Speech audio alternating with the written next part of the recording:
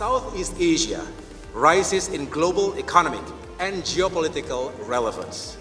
The seas that bind us carry both opportunity and risk.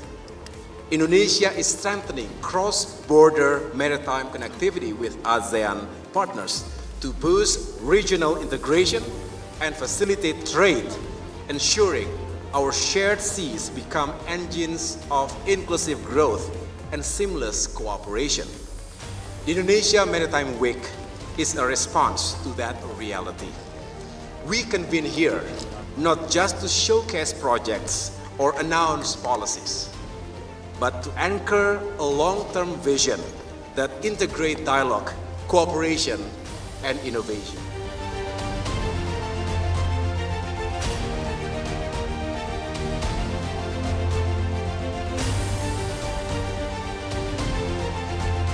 Itu tadi adalah pidato pembuka Menteri Koordinator Bidang Infrastruktur dan Pembangunan Kewilayahan Agus Harimurti Yudhoyono dalam perhelatan Indonesia Maritime Week.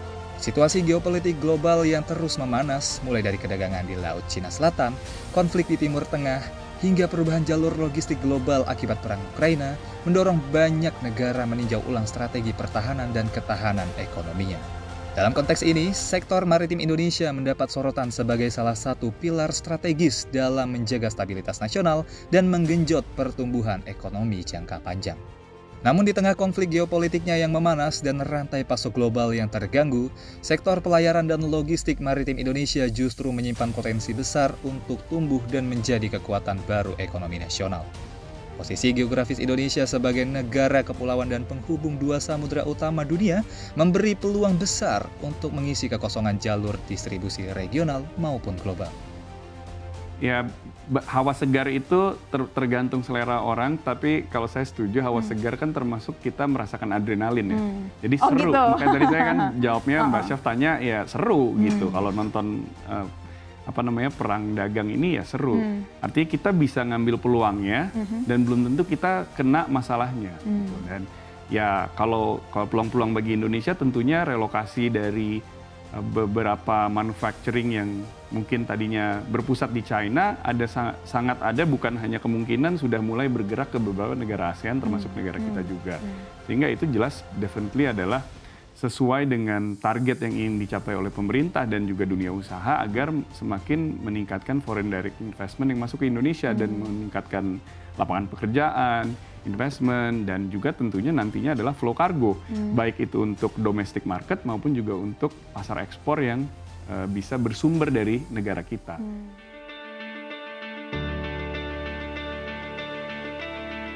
Indonesia dilalui jalur pelayaran internasional tersibuk ketiga di dunia, yakni Selat Malaka dan Selat Sunda.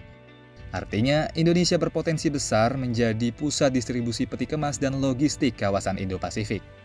Namun, potensi itu selama ini lebih banyak dinikmati pelabuhan-pelabuhan negara tetangga seperti Singapura dan Malaysia.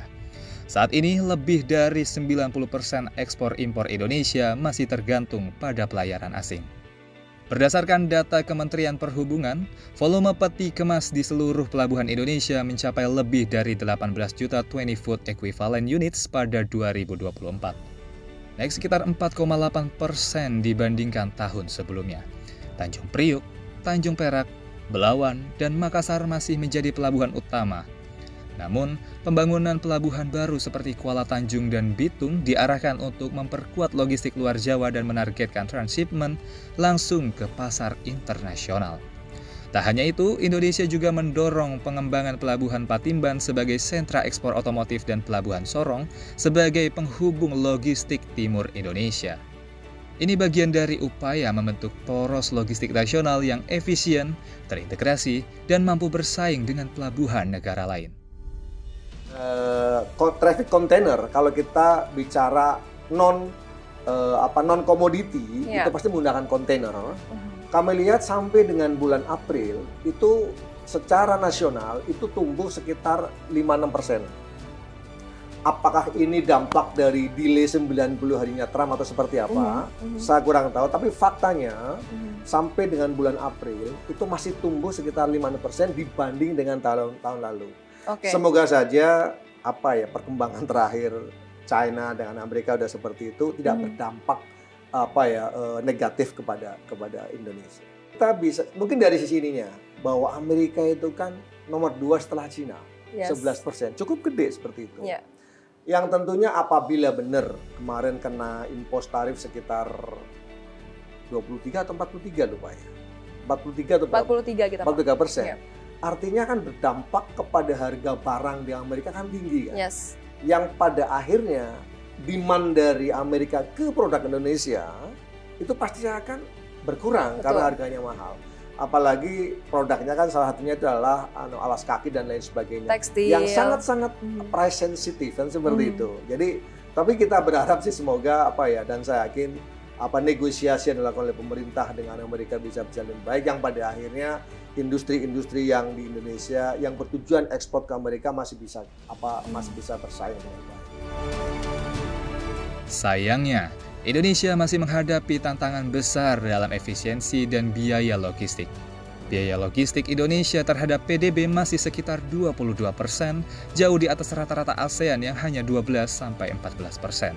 Ketergantungan pada pelayaran asing, lamanya waktu bongkar muat, serta konektivitas darat laut yang belum optimal membuat Indonesia belum menjadi pilihan utama jalur distribusi regional. Jadi kalau namanya logistik itu marginnya tipis. Ya, jadi sekitar 3-4% margin daripada logistik. Tetapi volumenya itu besar dan tidak mudah untuk memindahkan dari satu vendor ke vendor lain karena reliability. Kalau you passenger car itu orangnya customer service-nya ya paling komplain gitu aja kan. Tapi kalau ini kan bisnisnya terganggu kalau Anda tidak melayani dengan baik atau keterlambatan atau kualitas dari barang yang dikirim rusak gitu ya. Nah, itu bisnis dia terganggu. Itu makanya sangat penting di situ. Bergejolaknya situasi global juga membuka peluang baru ketika negara-negara produsen kapal besar seperti Korea Selatan, Jepang, dan China mulai selektif menerima pesanan karena krisis energi dan naiknya biaya produksi, banyak negara mulai mencari alternatif. Disinilah Indonesia bisa masuk, khususnya untuk pasar regional dan kapal niaga ukuran menengah seperti kapal tanker, kapal logistik antar pulau, hingga kapal patroli. Namun sayangnya banyak tantangan yang dihadapi dalam pembangunan kapal di dalam negeri. Bahwa pengusaha kita lebih senang cenderung membangun kapal di luar negeri daripada membangun kapal di dalam negeri. Ya, faktanya terjadi gap bahwa membangun kapal di dalam negeri, satu, kepastian selesainya nggak jelas.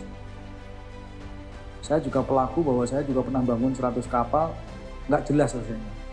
Yang kedua adalah biayanya pasti lebih mahal dan sebagainya. Dan ini sudah coba kita sampaikan, itulah yang menyebabkan beberapa pengusaha lebih senang membeli kapal, membangun kapal di luar negeri.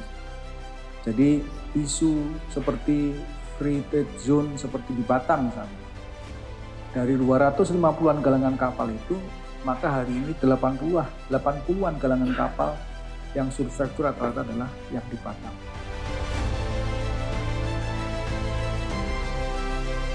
Menanggapi hal ini, pemerintah saat ini tengah menyusun roadmap pengembangan industri perkapalan nasional dengan pembangunan kapal. Penyusunan peta pengembangan industri kapal nasional dilakukan agar Indonesia mampu mandiri dalam membangun kapal. Direktur Imatap Kementerian Perindustrian Mahardi Tunggul Wicaksono pun meminta dukungan dan masukan soal roadmap industri galangan kapal Indonesia yang akan segera diluncurkan. Menurutnya, industri galangan kapal nasional diharapkan bisa meningkatkan kemampuan desain dan rekayasa kapal. Sejumlah dukungan pemerintah tengah disiapkan, seperti pemberian insentif khususnya bagi industri galangan kapal yang sudah menerapkan prinsip keberlanjutan. Kalau roadmap kebetulan juga masih dalam bentuk konsep, belum final. Oleh karena itu di kesempatan tadi juga kami sampaikan bahwasanya kita coba mulai masuk bulan puasa nanti kembali menyempurnakan, dan harapannya sebelum atau pada saat nanti First Indonesia Maritime Week kita sudah bisa menyampaikan roadmap terkait industri maritim ini. Walaupun belum selesai tapi konsep yang sudah disempurnakan. Ya. kita stakeholder ya, stakeholder yang pasti ada dari INSA, ada dari Perindo, teman-teman di komponen di PIKI juga akan kita ajak kerjasama, juga dari akademisi ya juga akan kita ajak kerjasama, dari Dirjen Hupla ya akan kita ajak kerjasama juga, dan teman-teman di Kementerian Perdagangan. Terkait perpajakan sama, itu kan terkait dengan insentif juga nanti ya. Nah, perpajakan itu juga akan kita petakan juga, perpajakan atau beban pembiayaan apa ya yang menjadi hambatan teman-teman di industri maritim ini untuk berkembang. PR-nya ada beberapa dari pertemuan hari ini.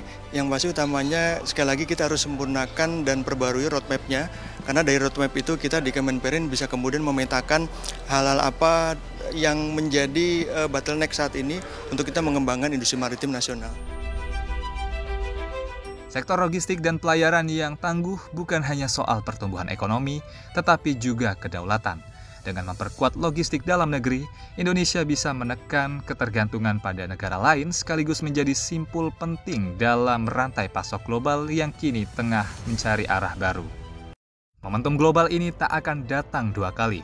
Jika Indonesia mampu mempercepat transformasi maritimnya, khususnya pelabuhan dan pelayaran peti kemas, maka bukan tidak mungkin Indonesia akan menjadi pemain utama logistik Asia Tenggara di dekade mendatang.